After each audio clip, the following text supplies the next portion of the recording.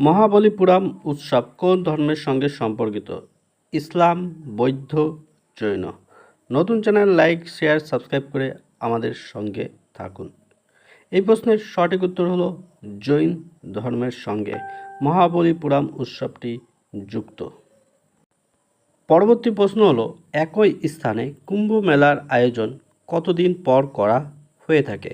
Option 1 3 বছর, option 2 4 বছর, option 3 12 বছর পর।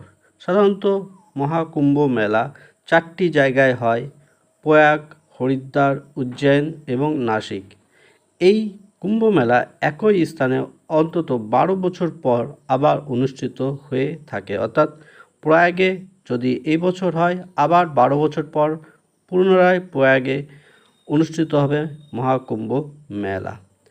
ভারতের কোন রাজ্যকে দেবভূমি নামে পরিচিতি লাভ করেছে বা দেবভূমি বলা হয়ে থাকে? Option A Uttarakhand, option 2 Rajasthan, option 3 Paschimbanga. নতুন চ্যানেল লাইক, শেয়ার, সাবস্ক্রাইব করে সঙ্গে থাকুন। এই প্রশ্নের সঠিক উত্তর হলো উত্তরাখণ্ড। দেবভূমি বলা হয়, আর ভগবানের নিজেদের বা ভগবানের ঈশ্বর দ্বারা সৃষ্টি রাজ্য বলা হয়ে থাকে কেরলকে। ভারতের কোন ক্রিকেটার সবথেকে বেশি ওডিআইতে সর্বোচ্চ শতক রান করেছেন, মানে সবথেকে বেশি 100 রান করেছে? সচিন তেন্ডুলকর, বিরাট কোহলি এবং রোহিত শর্মা। নতুন চ্যানেল, আবারও বলছি নতুন চ্যানেল লাইক, শেয়ার করুন। ওডিআই ক্রিকেট অর্থাৎ 50 ওভারের ক্রিকেটে সবথেকে বেশিবার 100 রান কে করেছে? এই প্রশ্নের সঠিক উত্তর হচ্ছে বিরাট কোহলি। সবথেকে বেশি ছিল সচিন তেন্ডুলকরের, তবে বর্তমান সময় বিরাট কোহলি সবথেকে বেশি রান করেছে।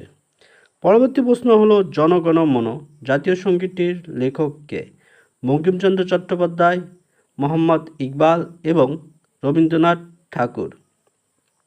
সাধারণত বন্দে মাতরম হচ্ছে বঙ্কিমচন্দ্র চট্টোপাধ্যায় রচনা করেছিলেন, এবং জাতীয় সঙ্গীত, এখানে জাতীয় সঙ্গীত লিখেছে, এটা হবে ন্যাশনাল অ্যান্থাম।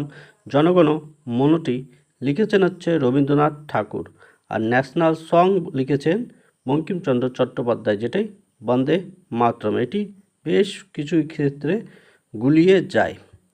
আজকের মতো এই পর্যন্ত। পরবর্তী ভিডিও পেতে আমাদের চ্যানেলটিকে লাইক, শেয়ার, সাবস্ক্রাইব করে সঙ্গে থাকুন।